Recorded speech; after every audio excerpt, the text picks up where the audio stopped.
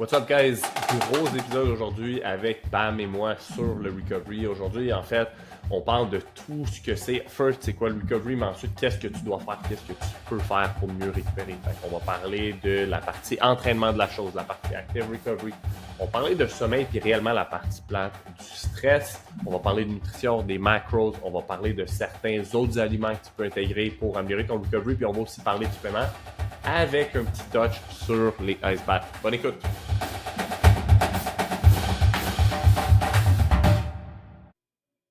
So, Marc, je veux commencer en te posant une question, puis mon avis là-dessus a peut-être changé un petit peu dans les dernières semaines, mais c'est quoi ton idée sur le active recovery?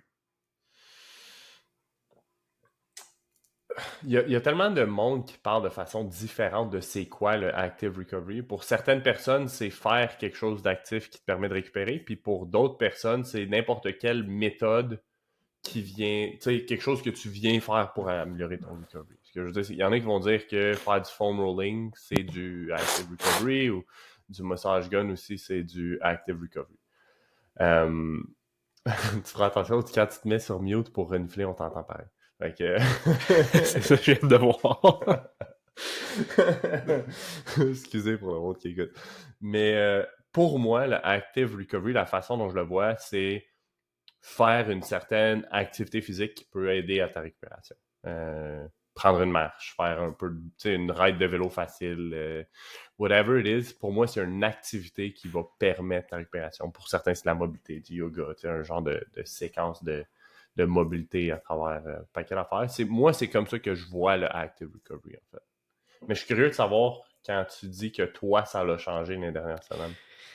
Ben, je suis d'accord avec tout ce que tu dis, que c'est de cette façon-là que je le catégorise aussi, mais on dirait que je suis plus autant certain que je l'ai déjà été, que c'est toutes des choses qui vont réellement t'aider à mieux récupérer.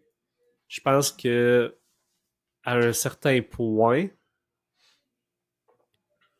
pour récupérer à ton max, je pense qu'il faut juste chill. OK? Je pense qu'il faut Ok. juste chill à un moment donné. Puis je pense que c'est correct aussi qu'il y ait une journée dans la semaine que tu fasses pas de yoga, tu fasses pas de stretch, tu fasses rien de ça, puis que tu fasses juste comme whatever que tu veux. Mais bien relax. Même si dans ta journée tu fais 4000 steps, qui est une journée qui est pas vraiment active physiquement. Je OK. pense qu'il y a des bénéfices de le faire ça aussi, puis qu'à un moment donné, si t'es juste tout le temps trop actif, mais veux pas, si tu fais 2 heures de active recovery dans ta semaine, c'est quand même 2 heures de mouvement qui va s'accumuler. Puis il y a une ligne à quelque part que, OK, ça c'est un load de plus qui s'ajoute à ta semaine, versus, OK, ça c'est juste un peu de mouvement qui va pas ajouter un load à ta semaine. Et même si ça s'ajoute pas au load de ta semaine, je ne sais pas à quel point toutes ces modalités-là t'aident à récupérer. Fait que c'est comme dans Ça cette vient de où, réflexion-là. ça vient de où, cette réflexion-là, ou ce changement d'idée? Ben, parce que c'est par rapport à un des derniers épisodes qu'on a parlé, on a parlé de la fatigue musculaire du système nerveux central ou du Ouais. système nerveux.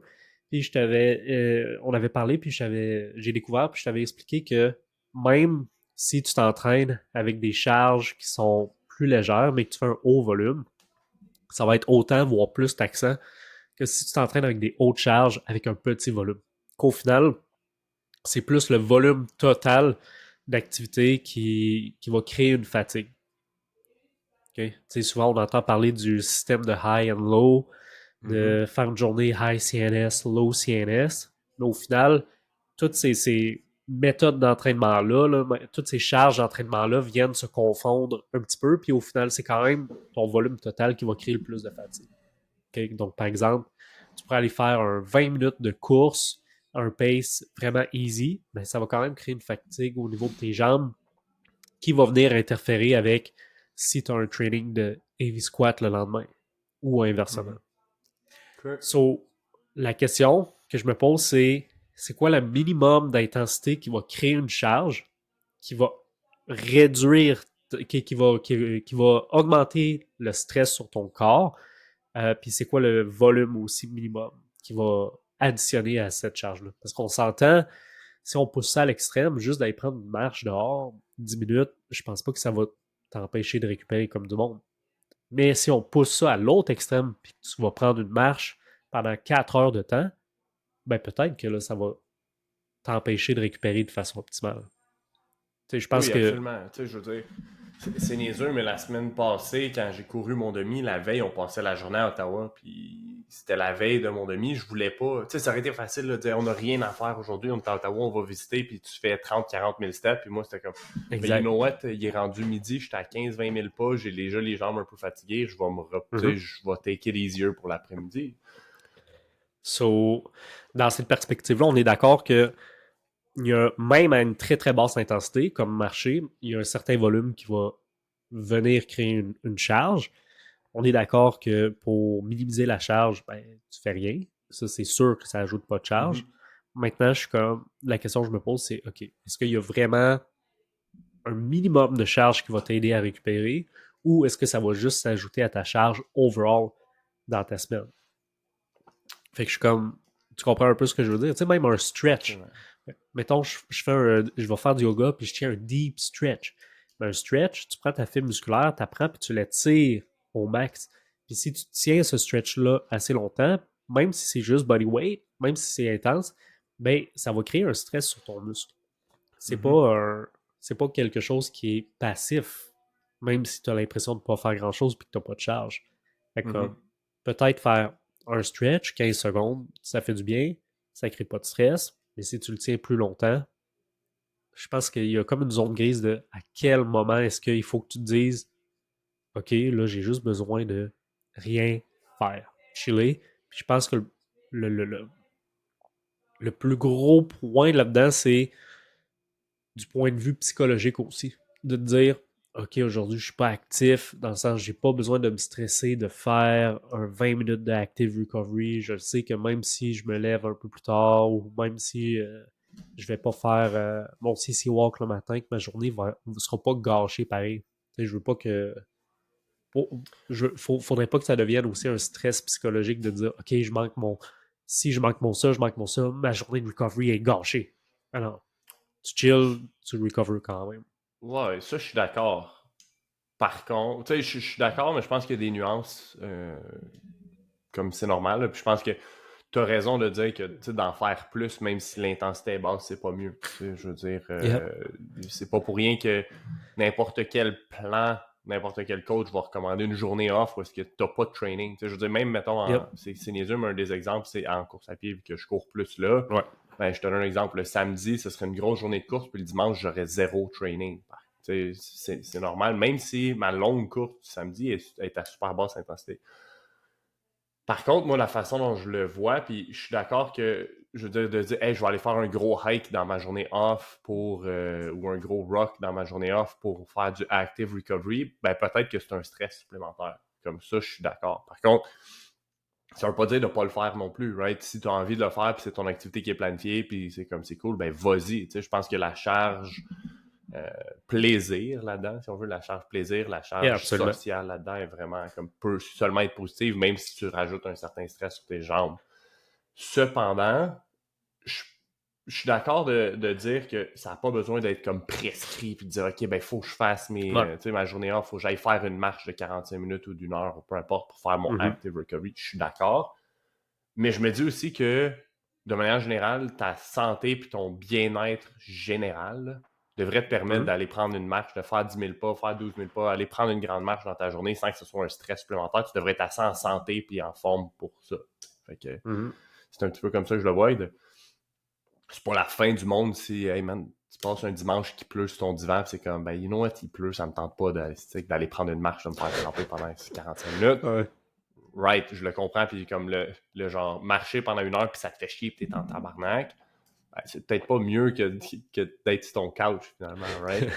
Par Yeah. contre, je pense que pour la majorité, le message à véhiculer est peut-être plus de comme bouge puis fais de l'activité parce que souvent le paradigme de base c'est recovery, mais je suis dans mon couch, je me couche les jambes dans les airs puis je fais du normatech. Tu sais. Fait que c'est un peu le in-between, puis savoir c'est quoi le message qui est à véhiculer à ce moment-là. Puis la réalité, c'est que le message à véhiculer va être différent d'un athlète à l'autre. Il y en a qui sont dans tout le temps plus, qu'est-ce que je peux faire de plus. Puis il y en a d'autres qui c'est juste comme, ils chill puis ils s'entraînent parce qu'ils ont besoin de s'entraîner, puis leur coach leur dit de Ouais. s'entraîner. Fait que c'est de voir. Le message n'est pas le même selon l'athlète. Non, exact. C'est des situations complètement différentes là, que tu viens de highlight. Comme, en effet, s'il y a un gars qui est sédentaire à part au niveau de ses trainings, il y a autre chose, comme tu dis, qui va au-delà de ça, qui est plus question de Mhm. santé générale. Là. Parce que ça, Puis, c'est le cas pour plusieurs, surtout pendant l'année scolaire. Les gars sont sédentaires, ils ont des trainings, mais le reste, yeah. t'es assis à l'école, t'es assis pour étudier, puis les gars qui sont actifs, c'est parce qu'ils ont une job dans un resto comme serveur ou quelque chose comme ça. Versus l'été, ben, la plupart des jobs étudiants, c'est des jobs physiques. Fait que ton dimanche off, ben, tu peux le chiller parce que toute la semaine, t'es on your feet, tu forces, tu lèves des brouettes, peu importe ce que tu fais dans ta job, c'est des situations qui sont hyper différentes. Puis je pense que la sédentarité overall, mettons pendant une session scolaire où est-ce que tu bouges pas à part ton training d'une heure et demie, 2 heures par jour, ben, c'est peut-être une bonne idée d'essayer d'en faire un petit peu plus. Versus l'été, t'arrêtes pas, puis les soirs, tu te couches plus tard, tu bouges, t'es juste actif parce que c'est l'été. Ben là, tu chutes de ton avis de comme c'est pas la fin du monde si tu t'assois et tu fais pas grand-chose. Yeah, absolument. Le contexte reste prédominant, là, peu importe du sujet qu'on parle. Là, on revient toujours à ça un peu. Mhm. Là. Puis c'est un peu la beauté du contenu long format comme ça. On peut prendre le temps de parler de ces contextes-là et des nuances. Sinon, si on parle du recovery, Yeah. pour toi, c'est quoi le recovery? C'est quoi dire, OK, ben là, j'ai recover? C'est quoi récupérer quelque chose, dans le fond? C'est une bonne question. Mais la façon la plus simple de le pull out, je pense que c'est simplement de trouver une balance positive entre la quantité de stress que tu as puis Mhm. la quantité de repos que tu as. Je pense Mhm. que c'est la façon la plus simple de le Comme si tu highlight. avais une Fait balance d'un côté puis de l'autre, puis d'avoir une charge qui est similaire d'un bord ou de l'autre, ou pencher plus idéalement du côté de la positive. récupération. Ouais, exact. Du côté du repos, qu'on va dire. Mhm. Juste pour pas réutiliser le même terme. Ouais. Puis du côté du stress, ce qui est hyper important de comprendre, selon moi, c'est que ton training est une forme de stress.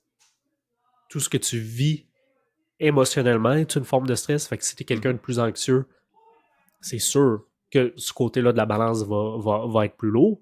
Mhm. Ton travail, le type de Mhm. travail que tu fais, tu nous as parlé, c'est une job physique que tu fais ou c'est une job plus sédentaire, ben, si c'est une job physique, ça va ajouter au stress Une overall de job ta journée. sédentaire, même une job, tu sais, je veux dire, une job sédentaire peut ajouter un certain stress aussi si tu as une pression, si tu sais, ça te cause un stress cognitif. C'est différent, mais c'est deux stress qui Ouais, viennent s'équivaloir dans ta charge totale de stress. exact. N'importe quel type de mouvement intense que tu vas faire va s'ajouter là-dedans. Euh, un paquet d'affaires. Un paquet d'affaires. Puis ce qui est hyper important de comprendre, c'est que le stress, peu importe la source de stress qui t'attaque, ton corps réagit presque de la même façon. OK? Mhm. Au point de vue de la réaction de ton corps. Fait comme, oui, il va y avoir certaines différences dans le sens que si tu fais un heavy workout de jambes, ça ne va pas nécessairement taxer ton upper body, mais ça va taxer Mhm. ton corps overall de la même façon que n'importe quelle autre forme de stress. C'est très Mhm. dur à quantifier. C'est pour ça Absolument. que qu'on vient d'avoir la conversation qu'on vient d'avoir sur le active recovery. C'est très Mhm. dur à quantifier, mais je pense qu'il y a certains symptômes ou certains signes de ton corps que tu peux écouter pour t'assurer que tu te reposes assez par rapport à la charge overall de ton stress. Mhm. Puis Absolument. de l'autre côté de la balance, au niveau du recovery ou du repos, ben, tu as ton sommeil, tu as ton alimentation, tu as d'autres facteurs psychologiques qui sont l'inverse, l'envers de la médaille de ce qu'on vient de parler au niveau du stress. Fait que est-ce que tu Mhm. gères bien ton stress? Est-ce Ouais. que tu es capable de revenir dans un état d'esprit calme après tes workouts ou après ta job? Mhm. Fait que c'est longue histoire courte, c'est une balance. C'est juste une balance, puis quand tu recovers, c'est que ta balance est positive du côté du repos. Fait qu'en cas de doute, c'est de te reposer plus que le contraire. Un peu, parce que. Point de vue de training, je pense que le terme qui est trendy, puis j'adhère 100% à ça, c'est de trouver le minimal effective dose. Ouais. Trouver la dose la quantité d'entraînement, l'intensité, le volume d'entraînement minimum qui va t'apporter des résultats pour t'assurer justement que tu en récupères et que tu continues de progresser over time, surtout dans une perspective de développement à long terme. Est-ce que, à ton avis, c'est la quantité minimale qui va t'apporter les résultats ou c'est de trouver, si on veut, la quantité minimale qui va t'amener un retour optimal de résultats versus le stress que ça cause? Tu sais, parce que c'est deux choses. Il y a moins d'avoir, puis je sais pas si je l'ai bien exprimé, mais il y a moyen d'avoir des résultats avec très, très, très peu d'entraînement. Mais si je suis capable de faire 10% de plus, ou 15% de plus, ou 20% de plus, puis avoir un plus gros retour sur mon investissement, plus de gains, plus de bénéfices, sans traverser du côté où est-ce que, OK, ben ça, c'est peut-être un peu too much. Puis, tu sais, je pense que c'est un peu ça l'art du coaching, de trouver cette balance-là, puis trouver cette ligne-là avec laquelle tu peux jouer. C'est une bonne question, man. Je ne saurais pas te répondre de façon simple, mais je pense qu'une bonne règle de base, c'est t'assurer. Je pense, c'est parce que je suis vraiment plus dans la perspective en ce moment de qu'est-ce qui est dans mon training qui est essentiel que je peux vraiment pas couper. Puis s'il y a des trucs qui sont non essentiels, ben à ce moment-là, j'essaie de trimmer. J'essaie de les couper pour justement m'assurer qu'il y ait une récupération qui est optimale. Puis c'est parce qu'il faut, je pense qu'il faut se défaire de l'idée de j'en fais plus, donc je vais avoir plus de résultats. C'est pas une relation c'est pas une corrélation qui est directe. Tu Mhm. peux avoir plus de résultats en faisant moins, mais que la qualité et l'intensité est meilleure. Je Mhm. pense qu'à long terme, ton minimal effective dose va être ta solution. Après ça, ton minimal effective dose ne sera pas pareil au fil du temps. Quelqu'un qui a plus d'expérience, qui est vraiment plus loin dans son développement, a probablement besoin d'un stress plus grand ou une plus grande charge d'entraînement pour continuer d'avoir des résultats. Mhm. Fait que je pense que, tu sais, en parlant puis en répondant à ta question, je pense que si tu restes toujours dans la zone de minimal effective dose, dans cette zone-là à peu près, qui t'apporte des résultats, puis que tu fais juste l'ajuster over time pour t'assurer de continuer de progresser, ben c'est ce qui va être optimal parce que c'est ce que tu vas pouvoir soutenir le plus longtemps possible. Puis, Versus si tu en fais peut-être plus, mettons, t'es plus jeune, t'as 19 ans, puis t'as de l'énergie, puis tu t'entraînes plus, puis t'as plus de résultats, peut-être qu'à court terme, ou pendant 2, 3 ans, ça va t'apporter plus de résultats. Mais sur le long terme, à 5 ans, 6 ans, 10 ans, dépendamment de tes objectifs, ben peut-être que tu vas trouver un plateau plus rapidement, tu vas burn out plus rapidement, etc. que je comprends. Mais en même temps, c'est pas une réponse. J'ai pas de réponse claire puis de certitude. Là. Ouais, ouais. OK.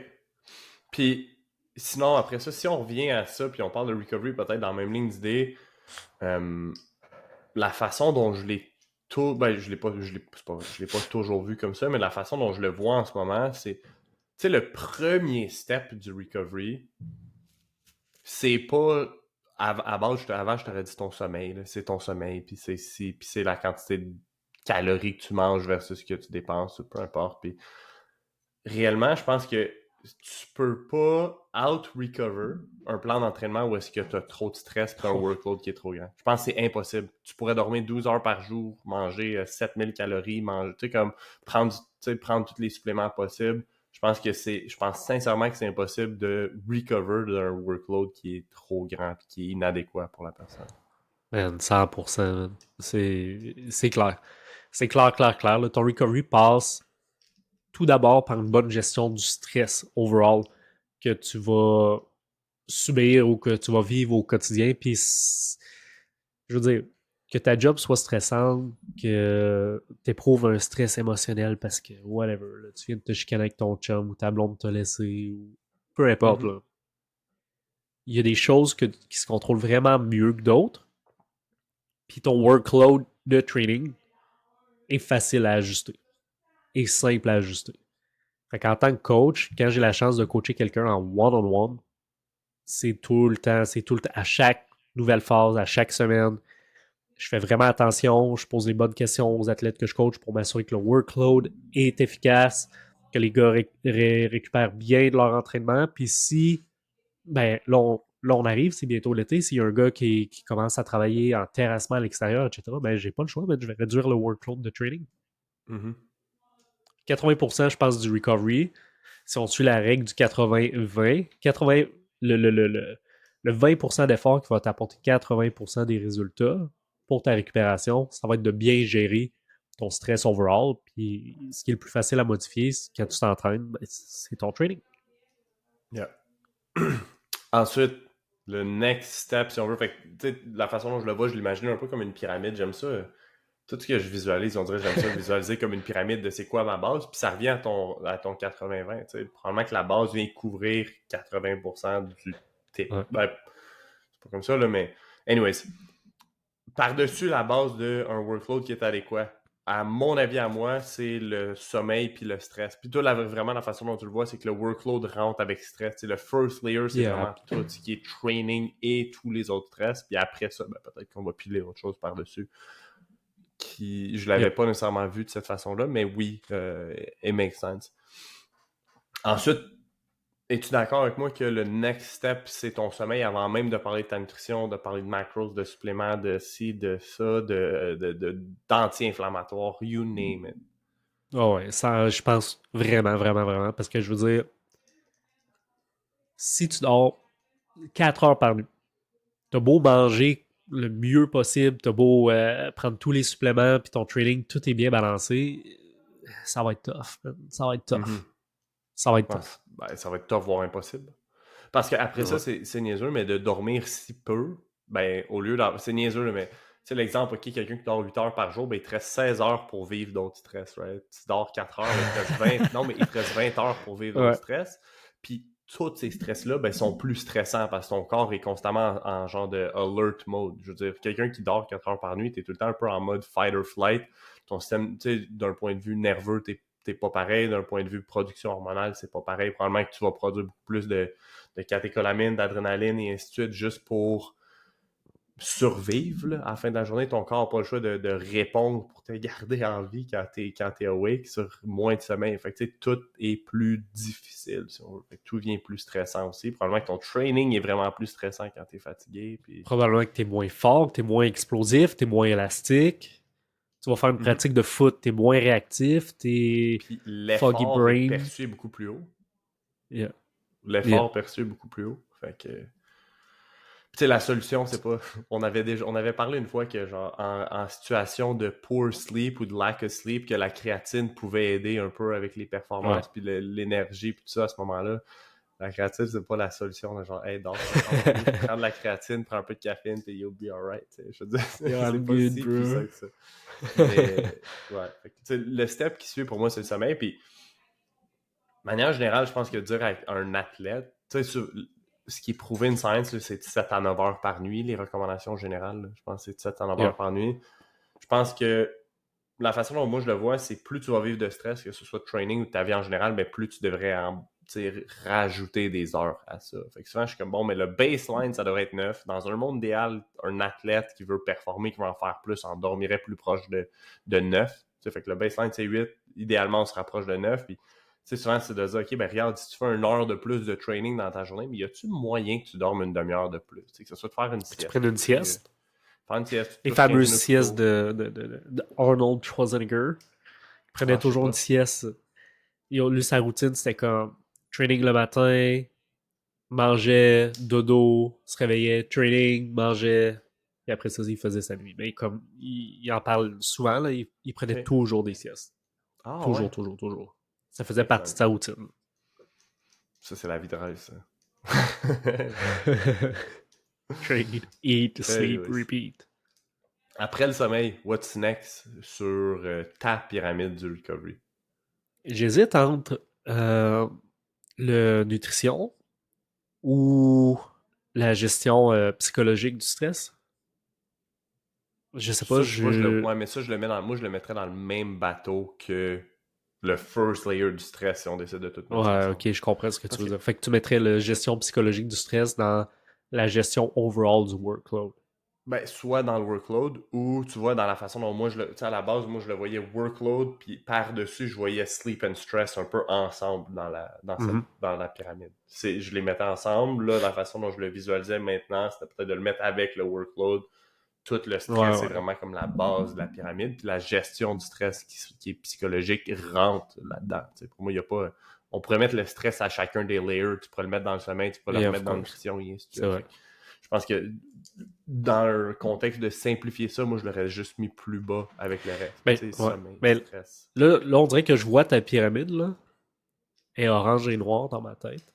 Ouais. Puis, Et je pense nouvelle que la par contre. base, là, le 80% de notre aire, là, de la pyramide, c'est juste gestion du stress, voulant dire gestion du Tout. workload de ton training, gestion de Ouais. ton stress psychologique, Ouais. gestion de tes heures de travail. Si tu Mhm. travailles 80 heures semaine, Mhm.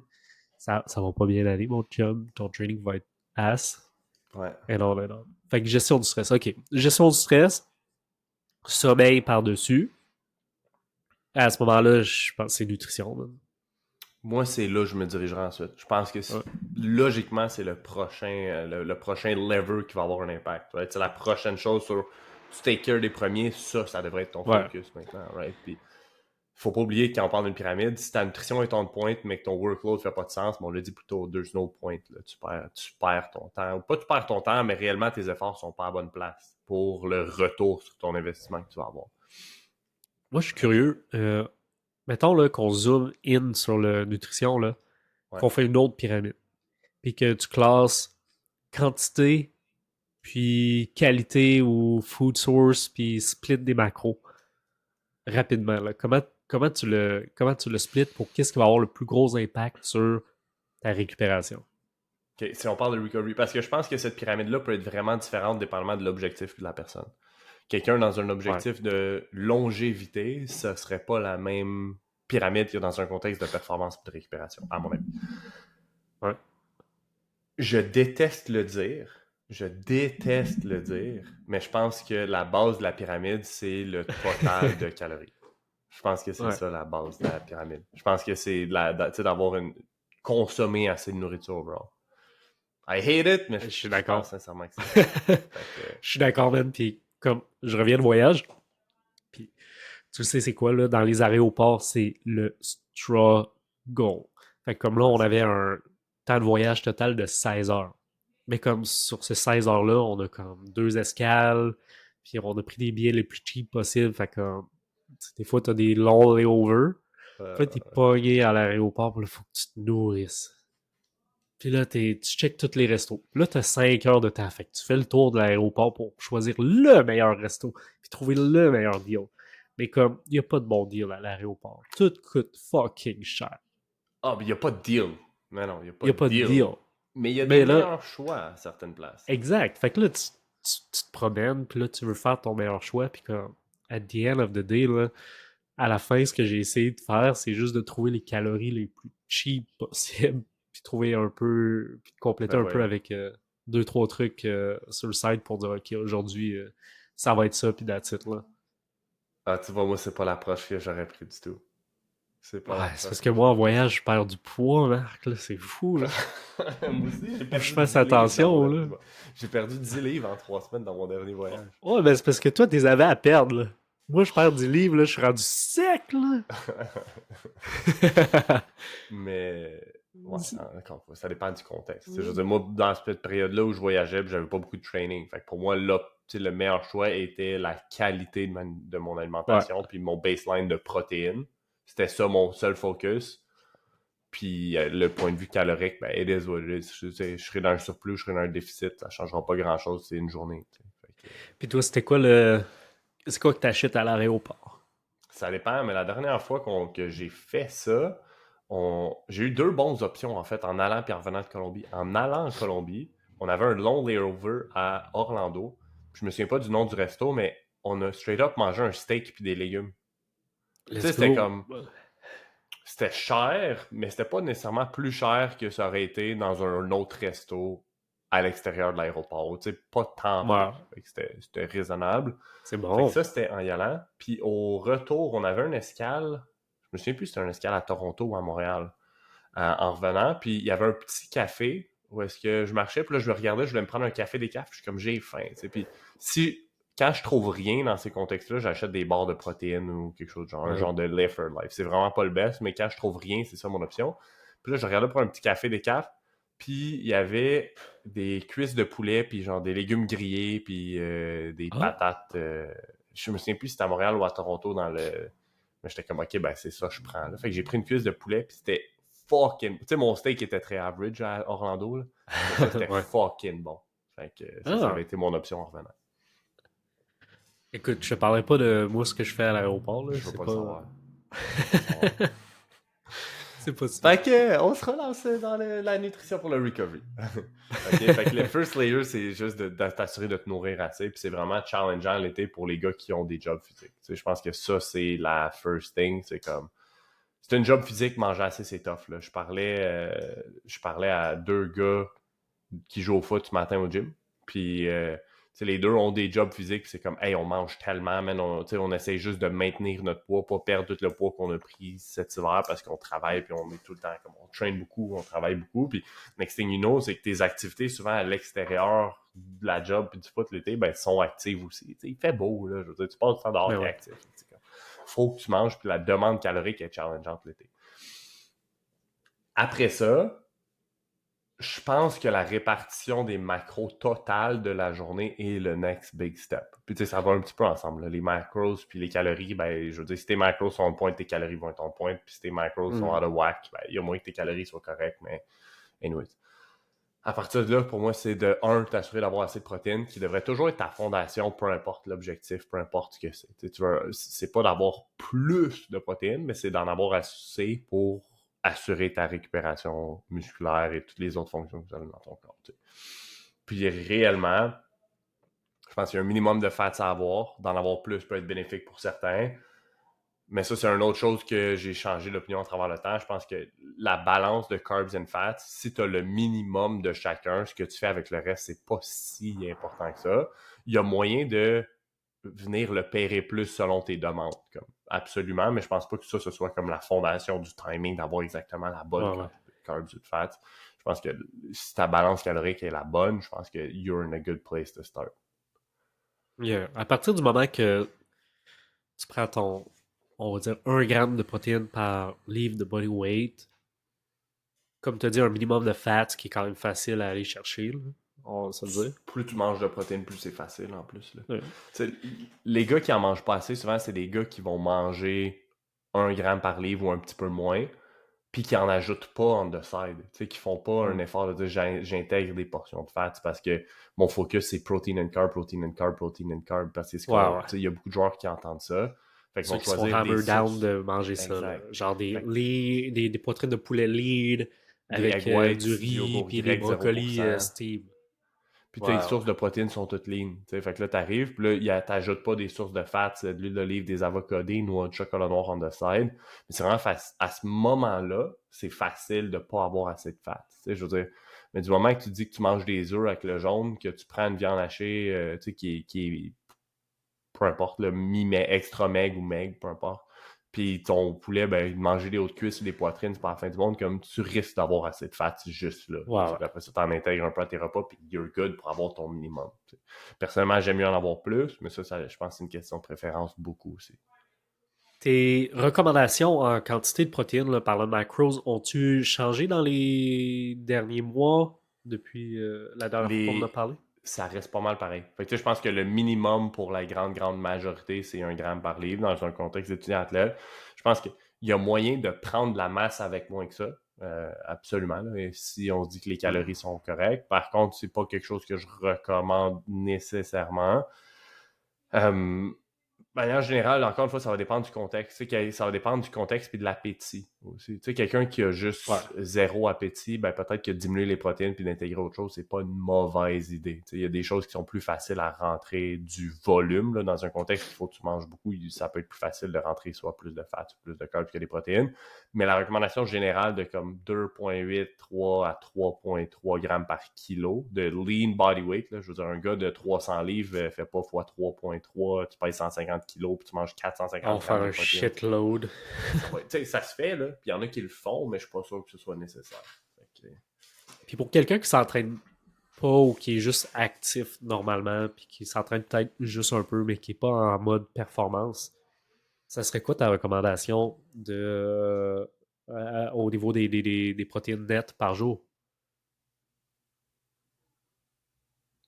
ça dépend. Ça dépend. Je te dirais, je viserais quand même 1 gramme par livre. Tu sais, Ouais. 2,2 par kilo, c'est ce que je viserais quand même.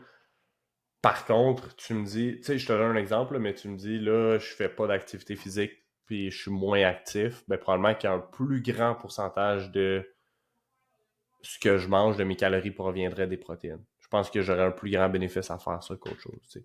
Fait que, est-ce que, par contre, pour beaucoup de monde, c'est déjà tough de se rendre à 1 gramme par livre. Je veux Ouais. dire, il y en a pour qui c'est difficile. Si au déjeuner, tu fais pas une bonne job, le reste de la journée est tough, là. Faut que tu manges en tabarnak après ça pour en avoir Yeah. assez, tu sais. Fait que je pense que tout part d'un bon déjeuner, mais ma recommandation serait probablement la même. Puis de manière générale, c'est niaiseux, mais tu sais, après ça, on parle de la façon dont je le vois, c'est quelqu'un qui est plus vieux ou peu importe. Ben, de manière générale, plus t'es vieux, plus tu devrais consommer beaucoup de protéines parce que ton corps est moins efficace avec. T'sais. Fait que, anyways. Côté nutrition encore, il y a une autre facette qu'on n'a pas tant parlé encore, l'hydratation. Yeah. Je pense que ça, pour moi, ça rentre dans la layer de la pyramide, si on veut, de la nutrition. Ouais. Je pense que c'est vraiment important. Puis de plus en plus, on n'a pas besoin de hammer it down. Je pense que les gars le savent que c'est important de bien s'hydrater, de manger assez. Je pense que ça, c'est assez clair. Euh, D'un point de vue hydratation, à ce moment-là, il y a des recommandations à donner, mais je pense que la façon la plus facile de le faire, là, souvent, on l'utilise beaucoup avec les athlètes qu'on va coacher, c'est la chart. Tu peux la trouver sur Google, il écrit Precision Nutrition P-Color Chart. Là. Puis je pense que juste ça, c'est vraiment une bonne recommandation à te baser. Puis c'est vraiment simple, sans te stresser de boire une quantité X d'eau à tous les jours. Comme, hey, mon pipi est trop foncé, ben, il faudrait que je bois plus. Puis, hey, mon pipi est trop pâle, ben, peut-être que je bois trop. Ou j'ai une Trop vite. nutrition trop vite, ou j'ai une nutrition qui a juste pas de... Tu sais, que je mange... C'est quelqu'un qui mange mal, là, ben, son urine ne sera pas aussi colorée que quelqu'un qui mange super bien, plein de vitamines, minéraux, puis de tout le reste. Tu sais. Fait Mange un qu'il y a paquet comme... d'asperges puis de brocolis. Ça c'est le fun. The Mais best ouais. pea. Mais sinon, réellement, ce qu'on va dire comme recommandation, c'est t'assurer de boire assez d'eau. Fait que souvent, c'est 40 à 45 millilitres par kilo. C'est l'équivalent de genre 20 à 22 grammes-ish par livre de poids de corps. Là. Pas grammes, mais millilitres d'eau par livre de poids de corps. Fait que je pense que ça, c'est une belle recommandation générale. Puis c'est assez facile. Pour la plupart des joueurs de foot, ça va être quelque part entre 3 litres et demi puis 4 litres, 4 litres et demi, dépendamment du poids de l'athlète. Un lineman, ben, c'est normal que tu aies besoin de boire plus que le receveur de 150 livres si t'en pèses 300. Comme.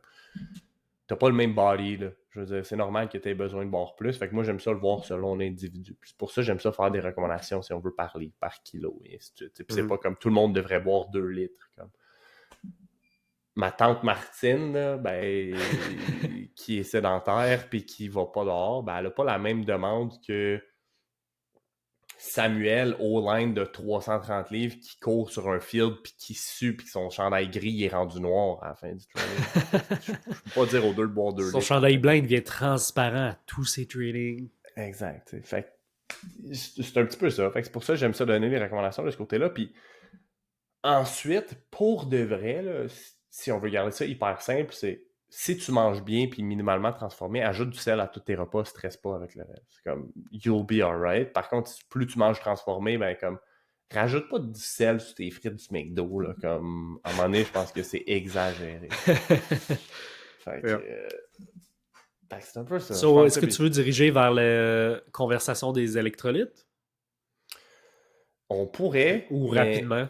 on pourrait, mais honnêtement, je pense que c'est vraiment intéressant. Quelqu'un qui peut se le permettre, que ça fit dans son budget, je pense que les électrolytes, c'est un supplément qui est intéressant. Puis en ce moment, c'est super débattu. C'est hyper trendy. Puis c'est aussi hyper genre démonisé de ça sert à rien, t'en as assez dans ton alimentation. Il y a vraiment les deux côtés en ce moment. Moi, je pense du côté que la majorité, tu peux en avoir beaucoup qui viennent de ton alimentation, mais que le supplément peut être vraiment intéressant aussi.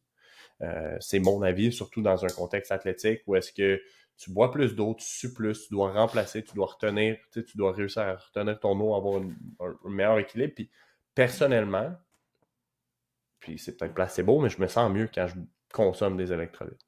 Un supplément d'électrolytes. Puis tu sais, je sais que je mets du sel sur ce que je mange. Fait que j'ai mon sodium, puis je suis capable de manger des avocats, puis des patates, puis des bananes pour le potassium. Puis comme c'est bien tout ça, là. Je pense que c'est de le faire, mais d'ajouter en plus un supplément d'électrolytes, si tu peux le permettre, je pense que c'est une bonne chose.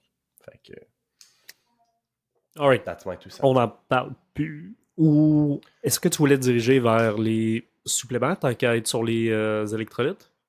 On pourrait, tu sais, pour moi, les suppléments, ensuite, c'est le layer au-dessus de la nutrition. Fait que, tu sais, quelqu'un qui, je te Ouais. donne un exemple, puis le premier supplément duquel je veux parler, là, c'est le Tart Cherry Juice. Le Tart Cherry Juice, honnêtement, c'est comme, c'est le supplément qui est le plus prouvé, puis c'est le supplément que je parlais pas avant parce que je me disais tout le temps, c'est fucking cher, man. Fait qu'il y a personne qui le fait, même si ça marche. Mm. Puis finalement, c'est cher, mais c'est pas si cher. Mais c'est cher. C'est quoi On parle c'est quoi la dose? Bon, premièrement, c'est quoi le tart cherry juice là? Du Tart Cherry Juice, c'est du jus de cerise acidulé. Ok. C'est un type de cerise. Je pense pas que c'est toutes les cerises qui ont le même impact, mais les cerises vont contenir quantité, je ne veux pas dire astronomique, mais presque de certains antioxydants qui viennent vraiment permettre la récupération d'un point de vue musculaire. Vont contenir un autre aussi component. Le Tart Cherry Juice contient, j'oublie le nom de l'autre compound, mais qui vient aider avec la mélatonine, ou même va contenir un petit peu de mélatonine. Fait que c'est un des aliments qui va contenir un peu de mélatonine qui peut aider avec la qualité du sommeil. How big of a deal c'est, je suis pas certain, honnêtement, là. Mais je pense que le gros à retenir du Torture Juice, c'est que c'est juste un antioxydant vraiment, vraiment, vraiment puissant, qui est hyper dense, plus que, mettons, des Blu-ray ou du thé vert. Puis, après ça, ce qui arrive, c'est que d'un point de vue dosage, là, mettons dans un contexte où tu veux tout optimiser, je pense. Puis encore une fois, c'est compliqué parce que tu peux acheter des bouteilles de Tart Cherry Juice, puis souvent les recommandations sont. C'est comme pas clair si c'est du concentré, si c'est fait à base de concentré, si c'est une quantité. Il y a une quantité X de concentré que tu aurais besoin, mais si c'est pas du concentré, tu as besoin. Honnêtement, c'est vraiment pas clair, puis je le sais pas. Là, fait que... Ben, c'est là que je m'en allais. Tu sais, j'achète ça à l'épicerie puis je me cale une canne par jour. La canne coûte quoi? Ce que moi je fais, puis après ça, est-ce que c'est la façon idéale de le faire? Non, probablement pas. Il doit y avoir quelque chose de plus optimal. Puis c'est des contextes qui sont différents. Les gars qui jouent dans la NFL puis dans la NCAA, ben, ils ont des sponsors de compagnies de Tart Cherry Juice. Fait que la plupart de ces gars-là, ben, c'est 2 cannes par jour. Une le soir, mettons, comme last drink la soirée, puis une en fin de journée autour du souper ou dans ces eaux-là. Tu le Ok. sépares de cette façon-là, puis tu as ton dosage optimal.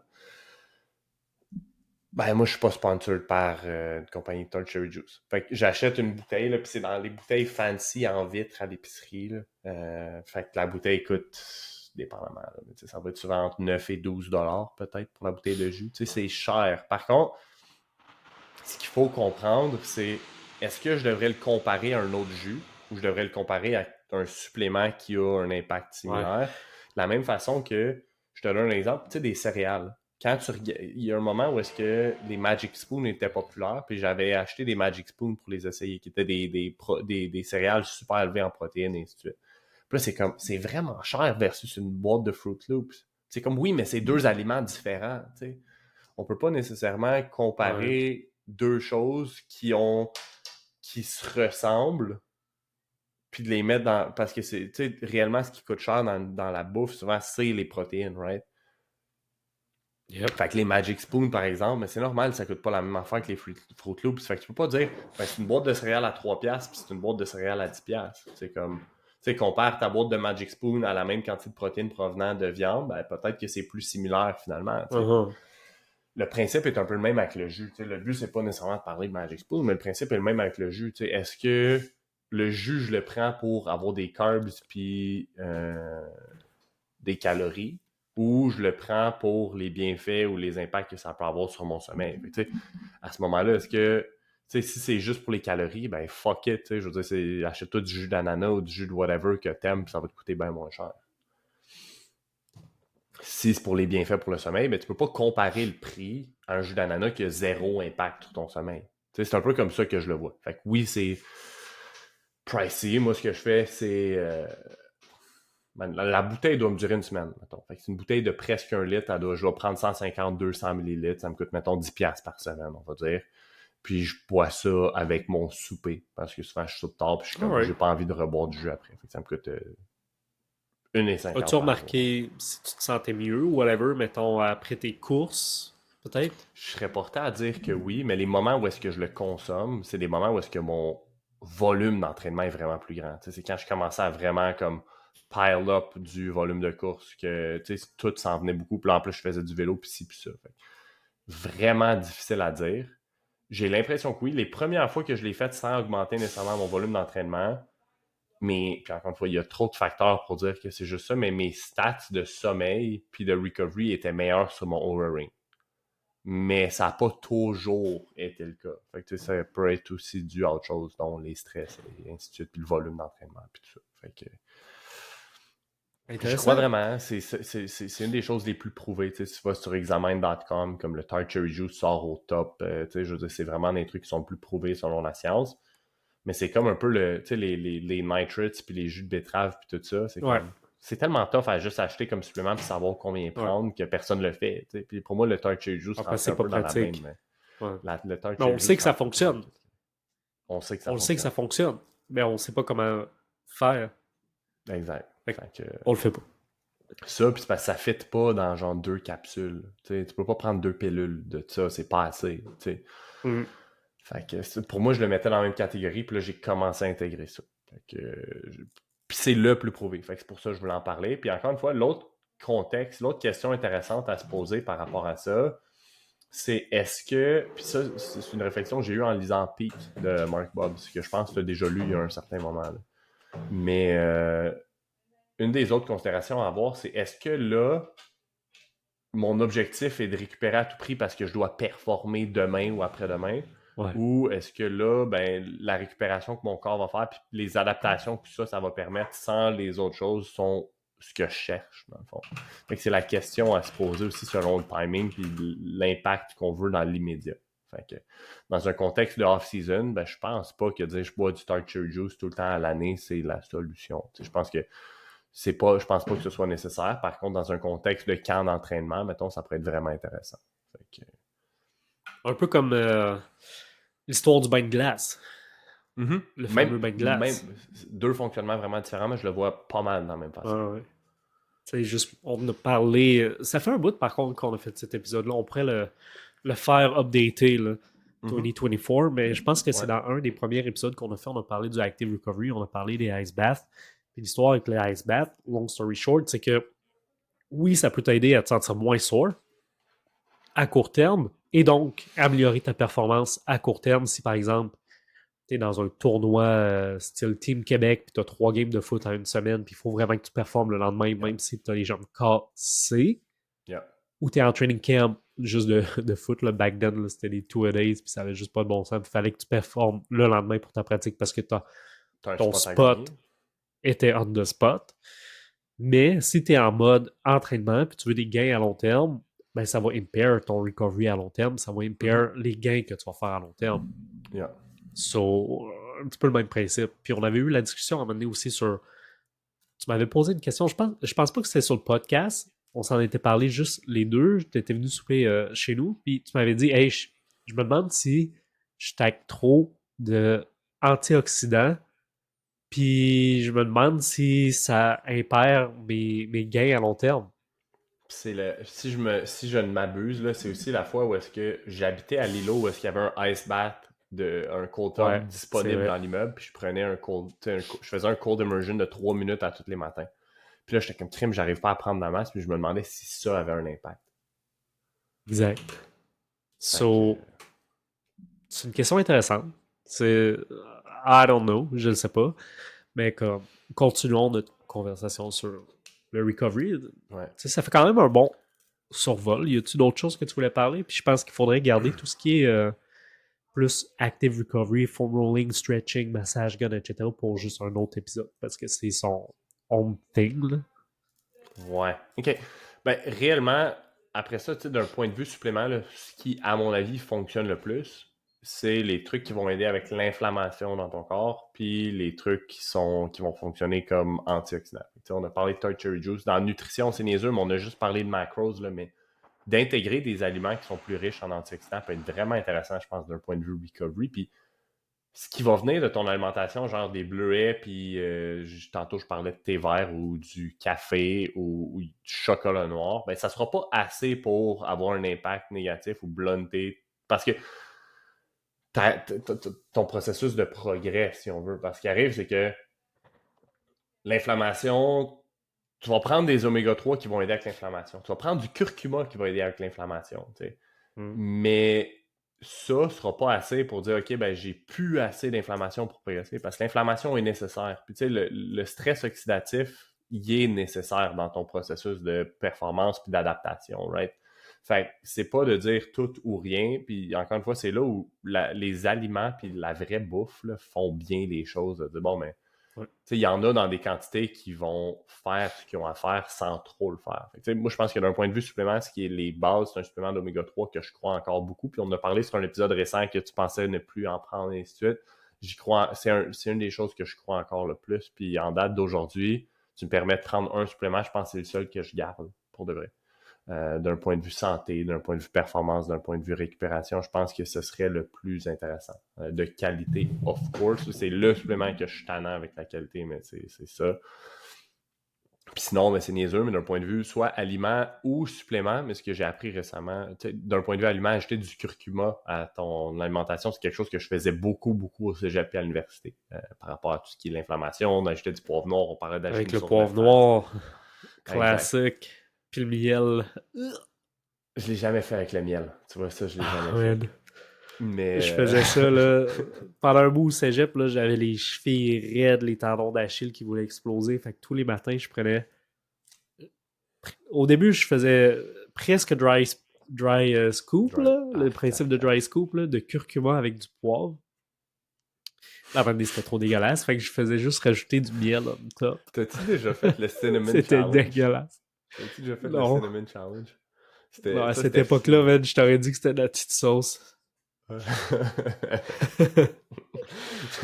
Anyways, je pense vraiment que d'ajouter du curcuma à ta bouffe, c'est bien. Par contre, je pense pas qu'on retire tous les effets juste de l'ajouter à la bouffe. Tu sais, la quantité de curcuminoïdes, si je ne m'abuse en français, est pas assez grande. À moins que tu prennes comme 10 grammes de curcuma par jour. Puis, honnêtement, tu fais ça, tes contours vont être tachés, tu vas avoir la jolle jaune, puis comme... Je prenais des seins, c'était, je pense, un cuillère à soupe. Fait que ça devait être 3 grammes, peut-être. Quelque chose de genre. Mettons que c'est 5 grammes. J'étais même pas à moitié, man. C'était dégueulasse. Non, c'est ça. Fait que, après ça, quelqu'un qui veut maximiser ça ou dans un contexte qu'il y a une blessure ou quelque chose, ou même en général, je pense que ça peut être bien, mais c'est pas un supplément que je vais dire, OK, tout le monde doit le prendre. Personnellement, j'ai jamais acheté un supplément de curcuma. Par contre, ce que j'ai essayé de faire à l'Uni, moi puis Hugo, on avait acheté des petites capsules, puis on voulait encapsuler du curcuma puis du poivre.